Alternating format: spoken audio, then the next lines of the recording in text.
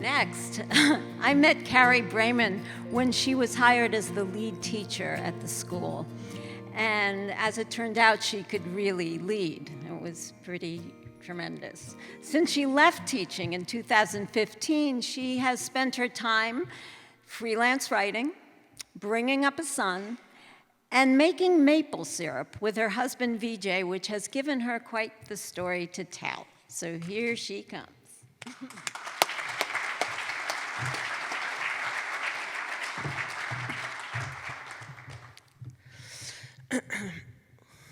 We went through 9 employees in 4 months. If that tells you anything about how our first year of making maple syrup went. Everyone hated our lives so much they quit. Or sometimes they were fired. Perhaps most memorably, we hired a guy off Craigslist, sight unseen. How bad could it be? And it turned out he was a convicted sex offender, covered in Nazi tattoos, living with us in a 12 by 16 off-the-grid logging trailer. Mind you, we were 14 miles past town, sharing a space so small it could have been this guy's old prison cell. So it was obvious to me he had to go. But my husband, wringing his hands, desperately exclaimed, "I cannot believe this is happening.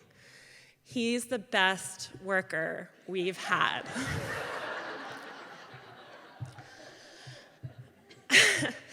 I was still teaching on the coast in a job that could tactfully be described as challenging, and commuting to the remote western border of Maine on weekends and school breaks because the land we leased from the state was a full 3 hours away. My husband spent every waking moment prepping the woods for the upcoming season, which would be our first making syrup. That is, if we could get the financing finalized, the sugar house built, and the trees tapped before the upcoming spring run. We were in a race against time. The tasks that fell to me were varied and unwelcome, and almost always involved something menial. I spent a lot of time wrangling interns, shepherding college kids back and forth from the logging trailer, fielding calls from their worried parents, and buying groceries we couldn't really afford for them in hopes it would earn us their loyalty and indentured servitude. Greek yogurt, sleeves of Ritz crackers, gummy candies. Who doesn't love gummy candies? I also spent a lot of time hauling water from a spring down the road, or making stew from a roadkill moose, or digging a partially collapsed rhino shelter out from underneath feet of snow, or spotting my husband as he installed sheets of roofing in a windstorm. Perhaps most absurdly, I found myself one afternoon handing him tools as he attempted to perform surgery on a broken down snowmobile during the brutal cold of that year's polar vortex. I felt like an OR nurse in hell, frozen over. I suppose for a time we believed we were managing, or something. But then, driving up to the sugar house at dawn one morning from the coast, I hit black ice and skidded off the road, rolling over and totaling my car, and sending the interns consolation groceries skittering across the snow. The cop who arrived at the scene pointed to an enormous carton of broken eggs dripping onto the salt-stained road and said, Wow, you really scrambled those. What's that expression? I know it has something to do with breakfast. If you want to make French toast, you have to scramble some eggs. And oh yeah, this was pretty big. A week after that, my grandmother died. So after that, my brother, visiting from the civilized urbanity of Boston, offered some perspective that I had clearly lost. "This is insane," he said. "It actually can't be done."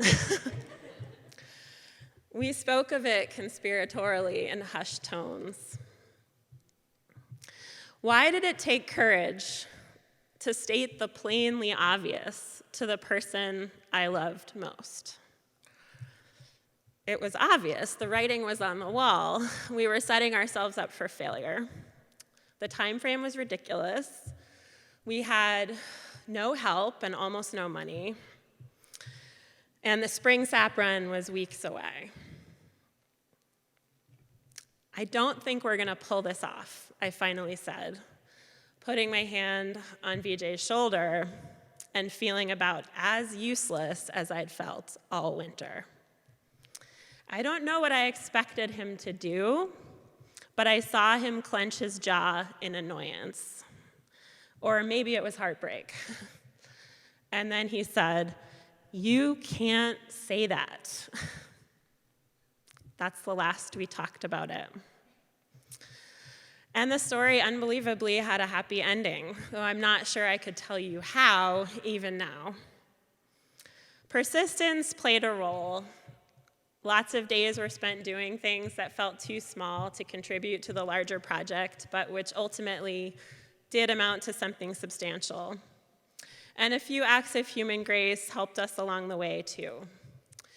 A Mennonite neighbor, who was also a sugar maker, offered us his crew of woods workers for a few days, expecting nothing in return. Another neighbor lent us his crane truck so we could lift the roof beams onto the sugar house in negative 15-degree weather. And one of the college interns, the only woman that worked for us that winter, did a mountain of work in the woods and never took a day off. The measly $400 bonus that we scraped together for her, I think of now with embarrassment. Every day we chipped away, and every day we got a little closer until it was suddenly spring, and the sap was running, and we were collecting it in a used dairy tank and boiling it over an evaporator that was roughly the same age as we were, but which miraculously thundered to life. The syrup that we made that year felt like alchemy. We had turned pure desperation into pure gold. Thank you.